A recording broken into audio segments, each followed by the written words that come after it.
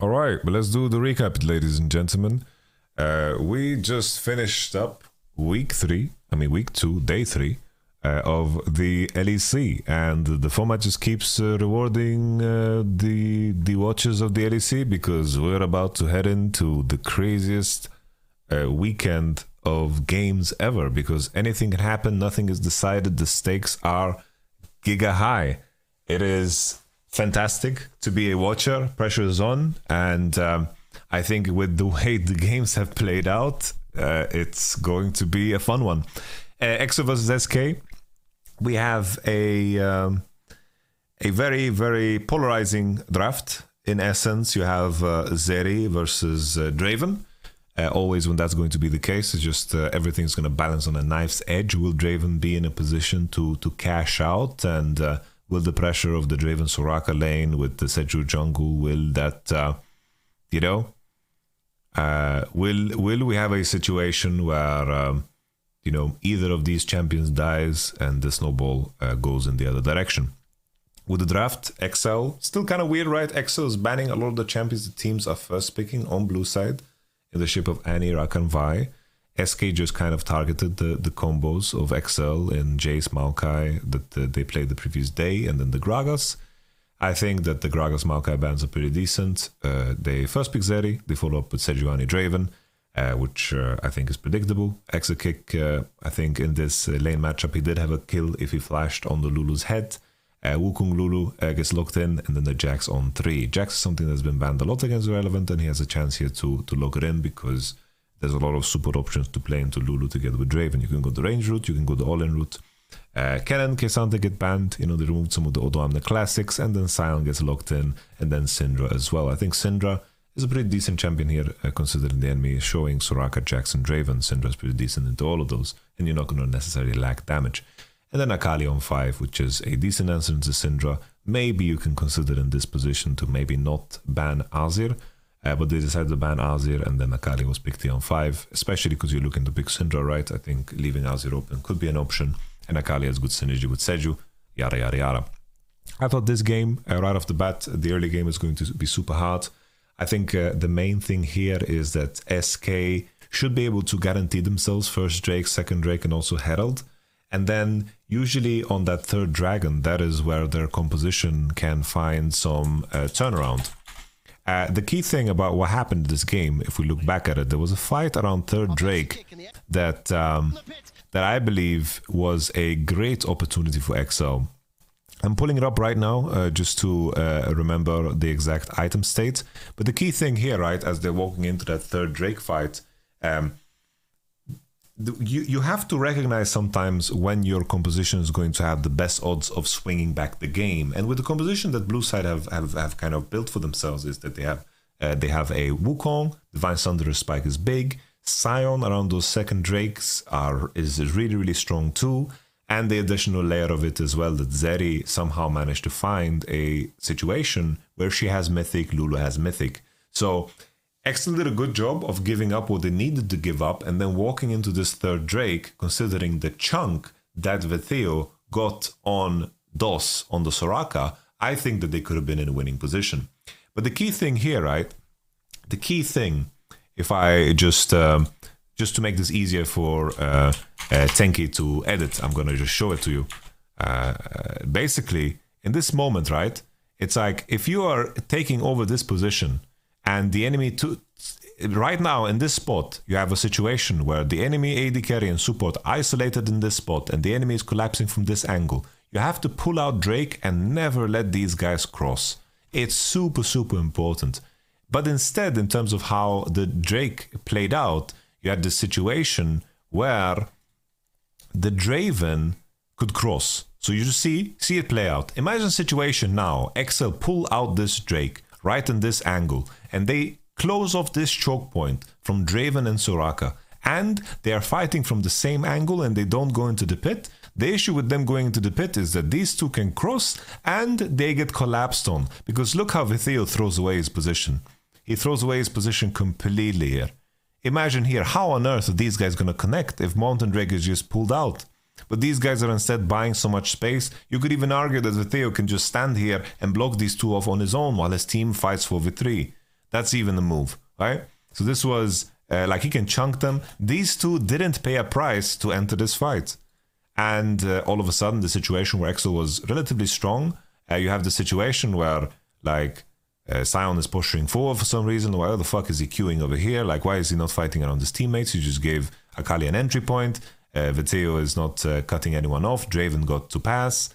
And this was just horrible altogether. If they pulled out the Drake, this fight could have looked very different. And they could have created a circumstance where the enemy needs to funnel themselves into a situation where you can throw your spells in the same direction. And then after here, Draven gets the big cash out. I think that the game becomes relatively hard to play, and SK did a very good job of playing this out. Following up, Mad Lions versus Team Heretics. I think this was a dirty one from the side of Mad Lions.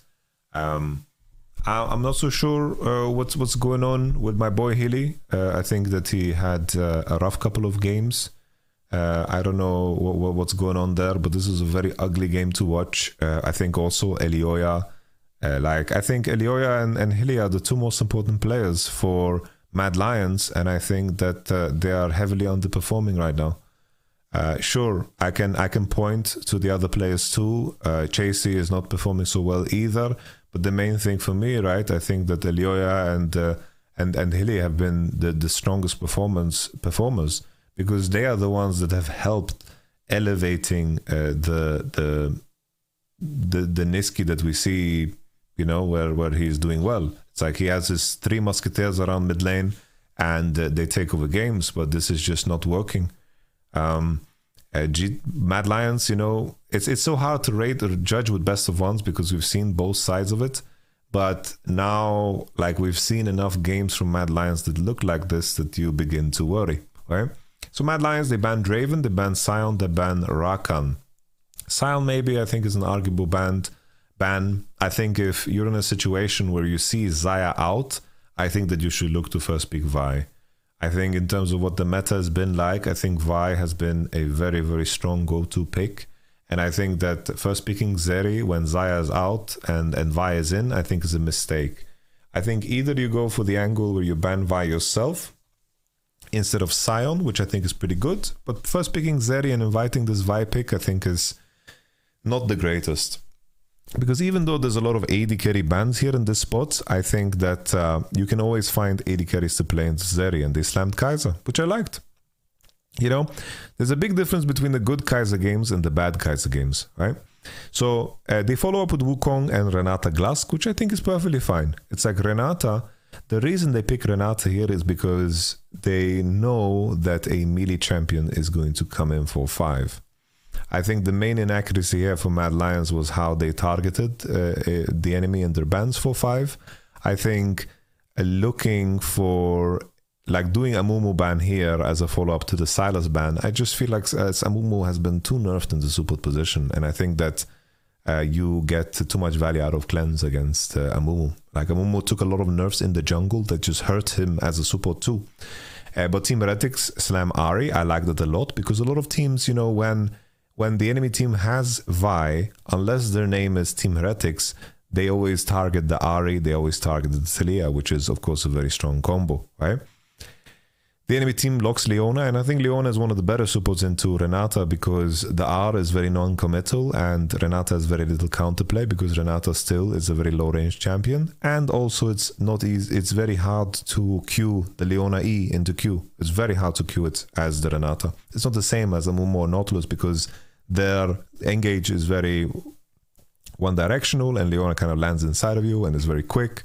Not super easy to Q her, I would say. But it's fine. It's not like the most horrible thing, right? They follow up with Keisante. I thought they're going to just slam Lysandra here. I was very surprised not to see Lysandra. I think that if you wanted to pick Cassio, you should have banned Leona. Because Leona is very good into Cassio. You need to always think twice. Should I go cleanse? What should I get, In this game, even I suggested that you should buy QSS because the enemy team is very magic damage heavy, right? I think all in all, I think Lysandra was a monster pick. They didn't go for it. They went for, of course, Cassio, and then Gwen was picked on 5. I think in terms of, you know, the heroes, I think that Ruby had a fantastic game. I think this was the best game we saw from Ruby all year long. This was the best Ruby game. I have very little complaints. I think it has strong itemization, strong level of play, played around cooldowns well, and I think Team Heretics actually showed like very, very good. You know, I think they just played together in those fights really, really well. I think in terms of what Mad Lions could have done to improve, I think just in a lot of spots there were situations where they were fighting very disjointed.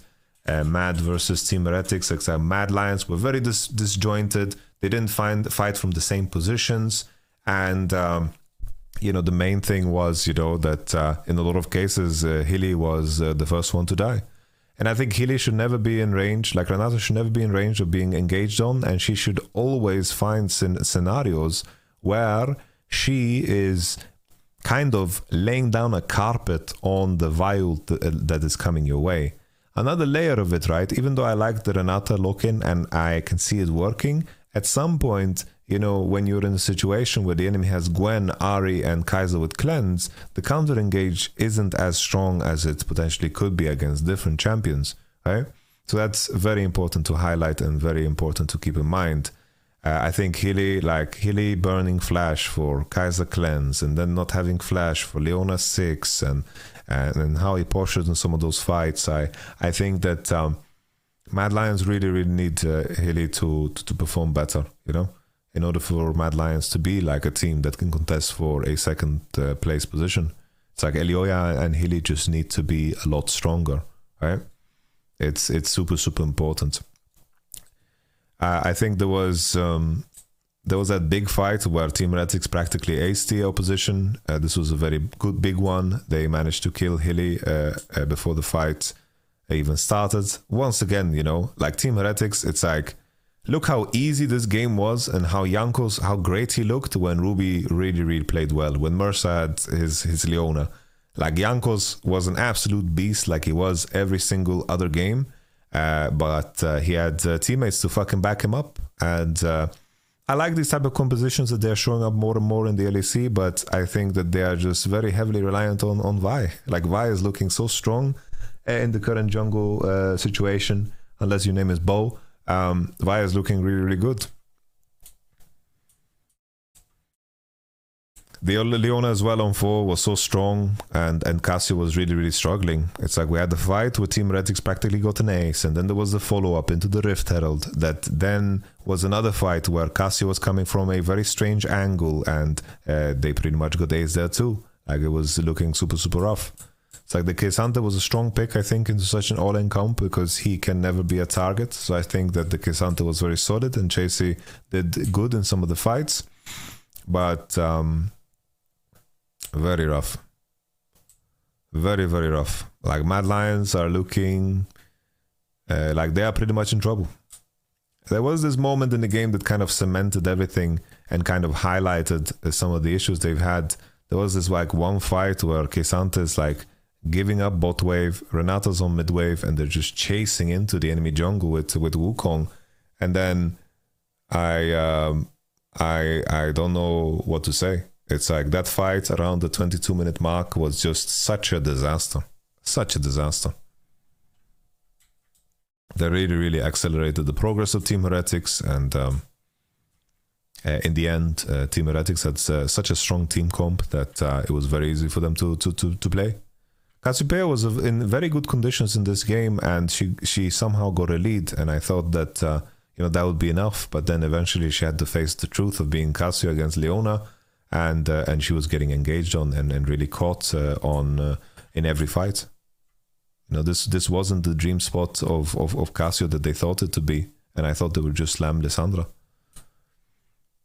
I think that people think of Lissandra as just being like a supportive champ that kind of, you know, helps you comp and lacks damage, but I think that's because people just build her wrong. You can build damage Lissandra and be an absolute fucking menace if you want to. It's like Lissandra into Ahri, Vi, Kaiser, like all of these champions showing, like you just deny the enemy all in completely. There was some mumbo jumbo here and there, right? There was like the whole situation where Mad Lions secured Nash, and it made the game a little bit more controversial. Usual Team Heretic stuff, but I think in the end, Team Heretics found a pretty decent fight. It's like there was a situation where Cassio was catching a bot wave, and then Mad Lions is just pushing forward like they have 15 Cassios behind them. And then there was no time to TP because the engage of Team Heretics is very quick and fast, and whoever gets targeted is going to die. And that was all she wrote. Team Heretics with a solid comeback win after the horrible game that they had yesterday, putting them on 2-4 together with Mad Lions also on 2-4. Next game was Astralis versus Vitality. I think that in this game, Caitlyn, Lucian, Lulu was banned on blue. So this is one of the rare games where Varus is open, and a lot of the good answers into Varus are out of the picture, right? There's no Lulu, like you can maybe play like Sivir or something, but here they slam Varus. Vitality bans Sejuani, Elise, Xayah. Very standard bans against Astralis, nothing too crazy. I think that's fair bans to do, right? You deny the Sejuani combos, Elise combos, and then you remove Xayah too, something that Kobe has been playing practically every game. And they played one game on Zeri, and they managed to lose that, right? Sorry, I think I'm confusing the BDS loss to... No, I think Astralis played a game of Zeri. I'm being crazy. Whatever. It doesn't matter too much. Astralis slam Varus Ani against Vi Rakan. Viego as well. I think that's super, super good. And then the big Kaiser on 3. Already here, I can tell you, Rakan Kaiser laning against Varus Ani is very hard. You also have the weaker jungler that can't create a circumstance where you're proactive. So you're pretty much committing to this idea of playing for 6. It's like your whole bot side is playing for level 6. They are in survival mode. Vi is there to prevent dives, and she needs to find ways to take her camps. You're in survival mode. Okay? That's the first 3.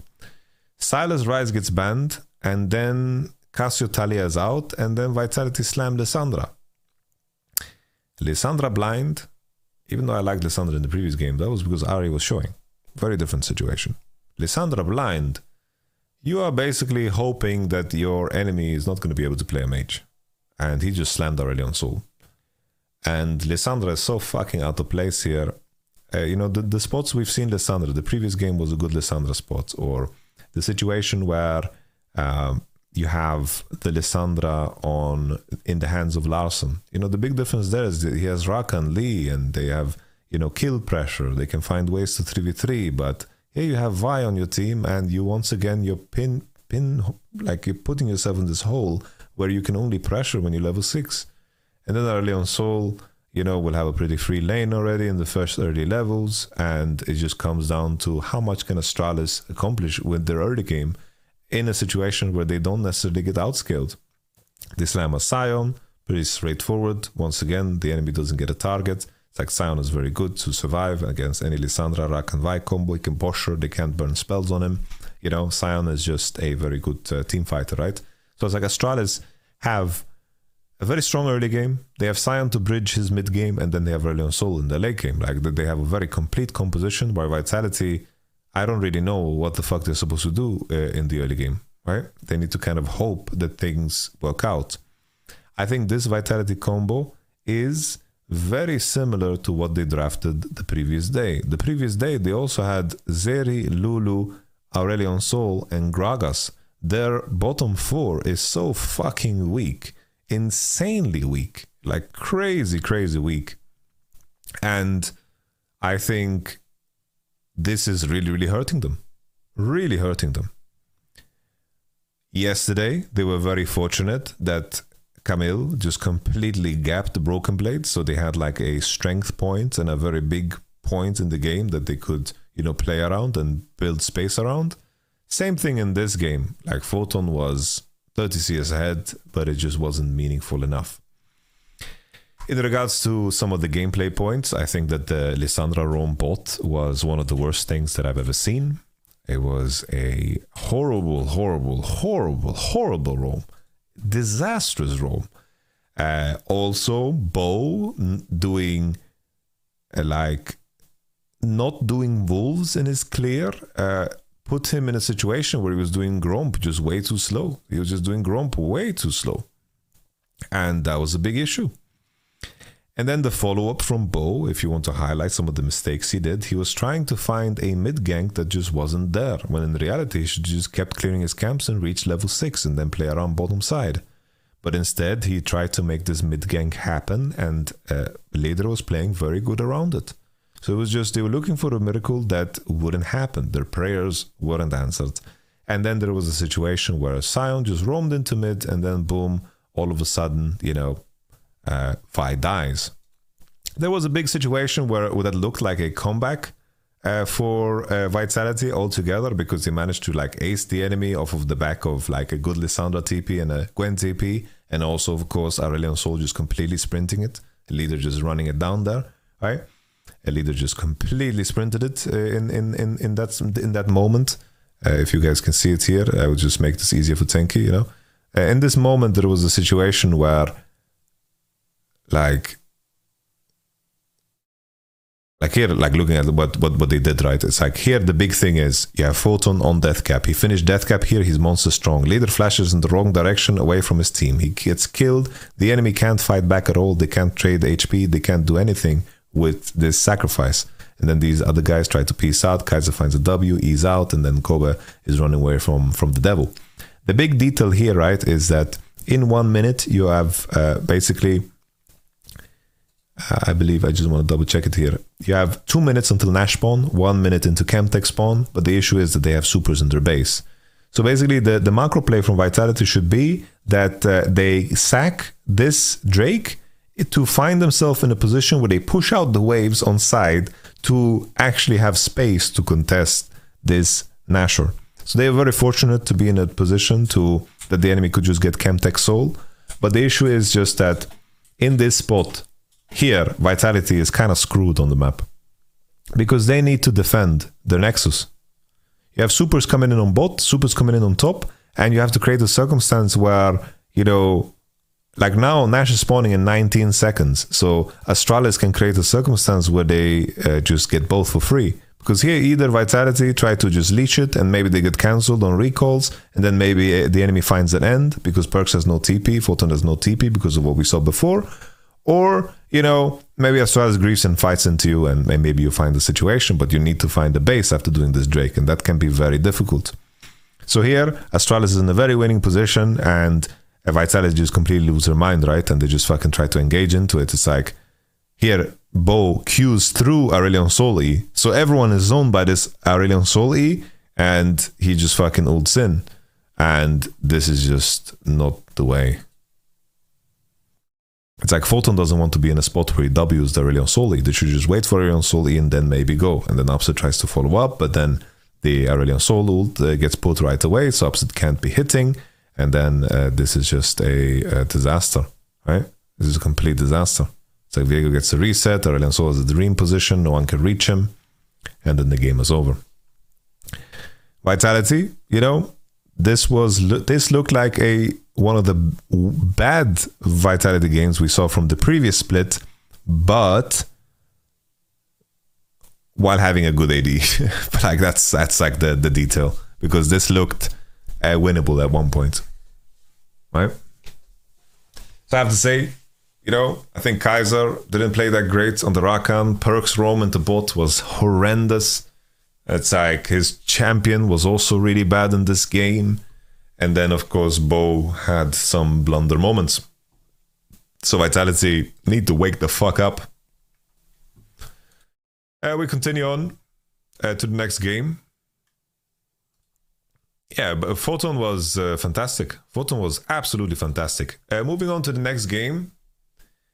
Kind of a miracle. The G2 won, not gonna lie. BDS banned Draven, Varus, Kled.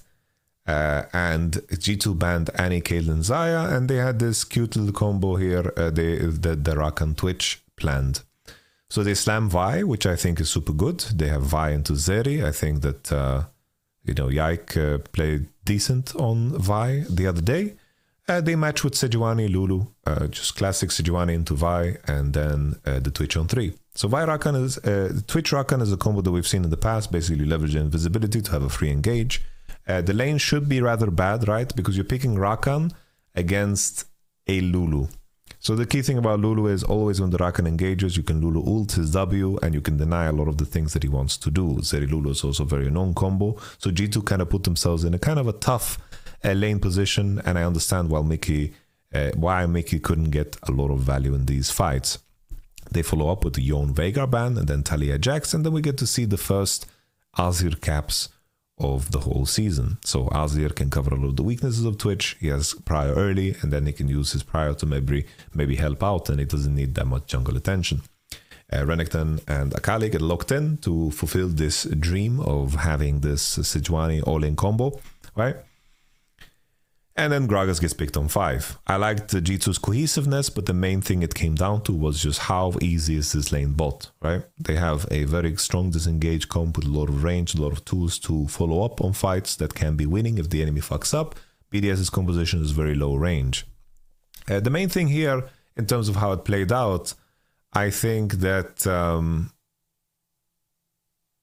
you know, BB, I was very surprised to see first strike. It's like first strike Gragas instead of grasp, and I thought that he's just gonna W max and just completely body bop this Renekton and make him regret that he's Renekton in the game. I thought it would be like one of those games, but he said that he went first strike and his lane phase looked very wonky, very wonky. I think that you know, Yike played very good. He trapped, of course, Sejuani in the top bush at minute 4. BDS managed to create a circumstance where they first finished the first dragon, which was a very, very important one. Like, of course, it's Hextech Drake. Finally, what made the big swing comeback after BDS won a couple of fights and they were super, super far ahead, I think what made the big swing comeback, just trying to remember the moment. The big swing comeback was the fight around the 4th dragon, where G2 knew that there was a circumstance with no Zeri ult. Twitch didn't have ult either, but Twitch was kind of useless at that point in the game. Like, my man was super, super far behind. Mickey completely sacked him. He showed on Rift Herald and went at the bottom side. Like, Twitch was in big trouble. He got trapped on top wave. There was a lot of things that made this Twitch really useless in terms of the gameplay that happened around him, right? There was this big 4th Drake fight where Zeri had no ult, Lulu had no ult, Akali had no ult, Seju had no ult, and also Renekton had no ult. This was a moment where BDS could choose to just give it up because the enemy still has Vi ult, Rakan ult, and also Azir ult. You could just choose to give it up because your comp is very ult reliant, because you don't find access into this death ball. Another layer of it is that G2 just already have a very good position around the Drake. So the moment the TP of Renekton comes in, you have this circumstance where the G2 make this decision to just push forward, push forward, push forward. They leave the Twitch behind and he kind of dies, gets some damage off to the Akali, but it just kind of doesn't matter. They get the Zeri, she gets Vi ulted, the Azir follow up, and then that's it, right? And that's it. You know, G2 convert this into a Nashor, and they bleed additionally. With Adam dying here, he tried to look for something that doesn't exist. You know, the main issue here is that the compositions are so polarizing that if one composition gets Nashor and they get to play their game, then, you know, there's very little potential to come back. So after this, G2 can easily group and find good positions, and then they can, you know, just leverage the strength of the composition, which is, of course, the Azir range. So here, this was very fucking close, this fight too, as a follow-up. Sadly, the Azir Blue Trinket didn't spot the Seju in the bush, and then Crowley tries to finish the game here with the fight because he wants to kill Caps and get the shutdown. And then G2 managed to slowly grind out the game.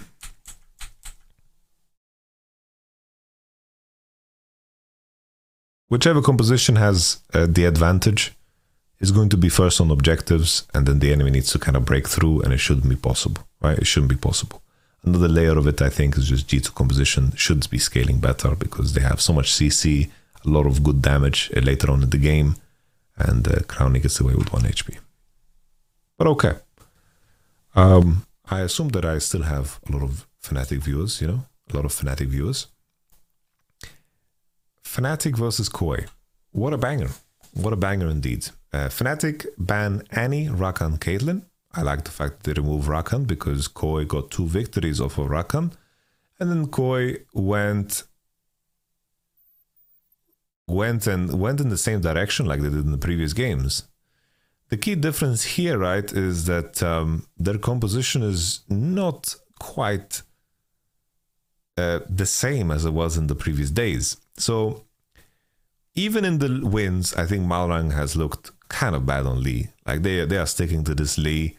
Fnatic first pick Xayah. I think denying Xayah is kind of a good move against Fnatic. Xayah seems to be the giga comfort of the enemy champ. And also another layer of Xayah is that if enemy first pick Xayah, they also secure themselves Vi. There's 2 layers to what Xayah brings to the table, right? We've seen Rakan steal away, so Xayah doesn't necessarily secure your Rakan, but the fact that Vi is secured is a big deal. So the enemy team now locks in Lee Sin, Kalista. And then I think there's a situation, you know, they lock in Vi, Nautilus. I think here, Wunder made a very good call of, like basically here, instead of picking Nautilus, what you can do is just slam Taliyah. You pick Taliyah, and then the enemy team has Kalista, Lee Sin against Vi, Taliyah. That sounds like fucking free lose to me. And Taliyah is a pretty solid blind. I think it wouldn't be punished. They picked Taric on 3, which I think is, honestly here, I thought it's a turbo pick. It's like Taric into Vi and Nautilus.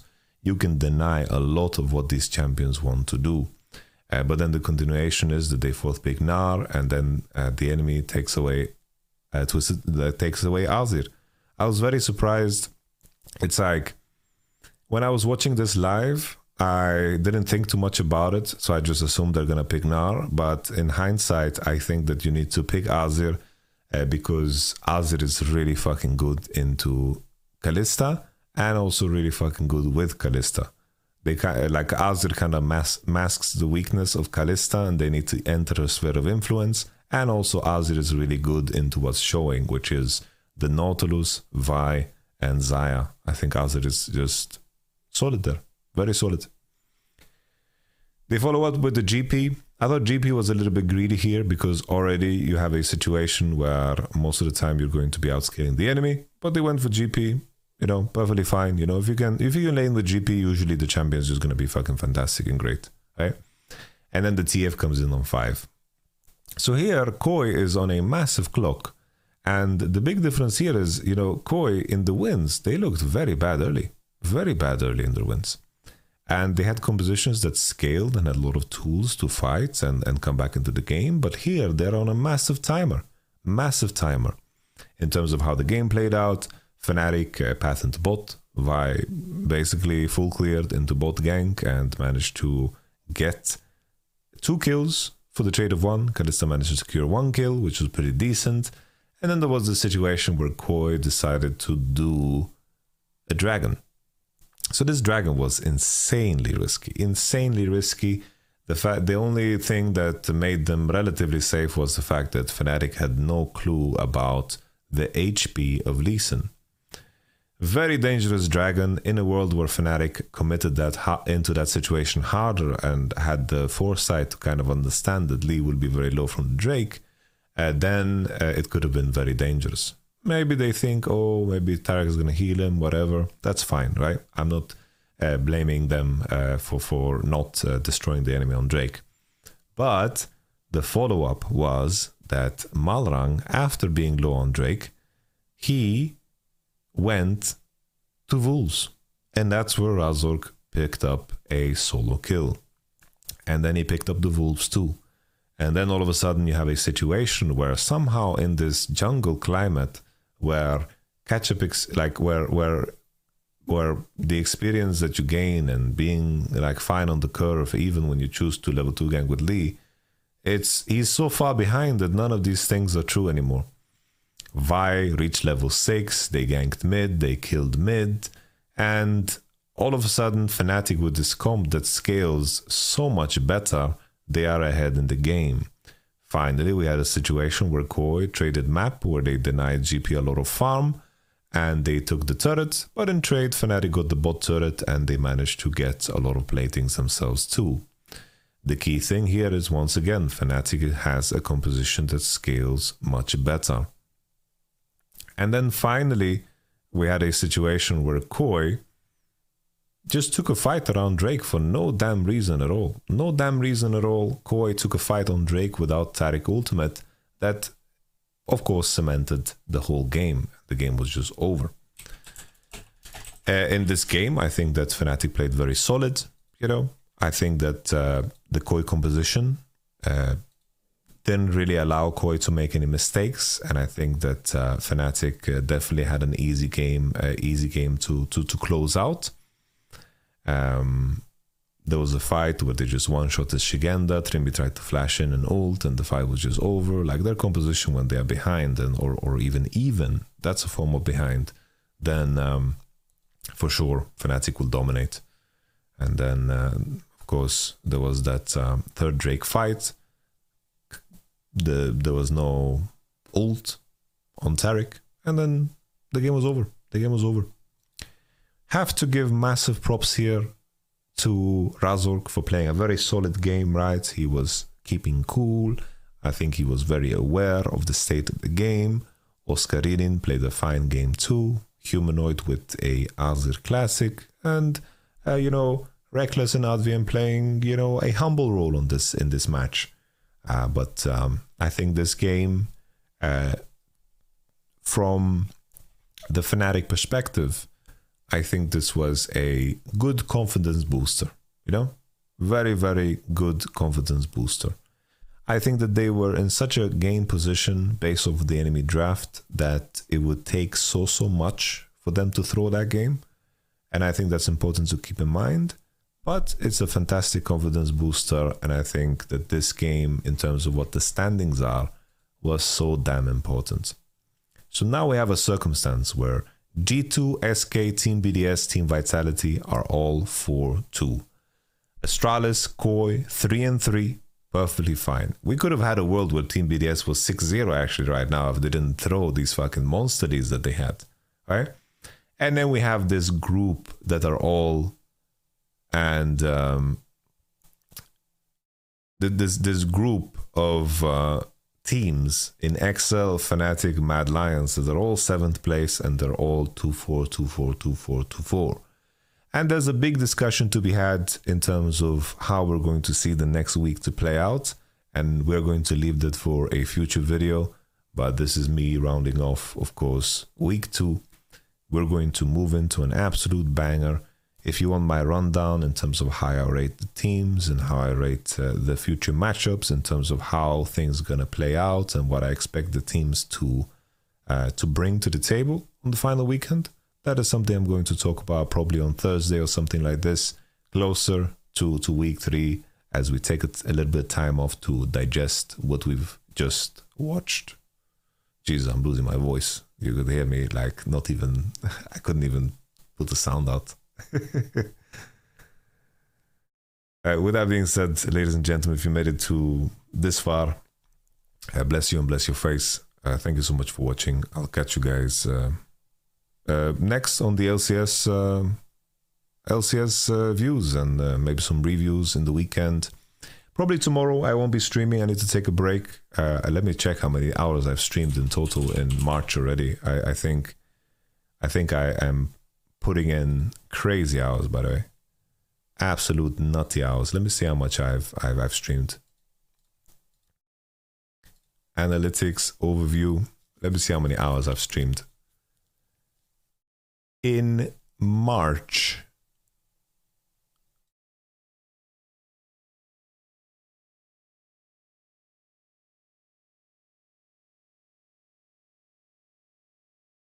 In March, I've streamed 150 hours. It's crazy. But I'm having fun. I'm having so much fucking fun. So, I'll catch you guys on the flippity flop, yeah? All the best to you. Bye-bye.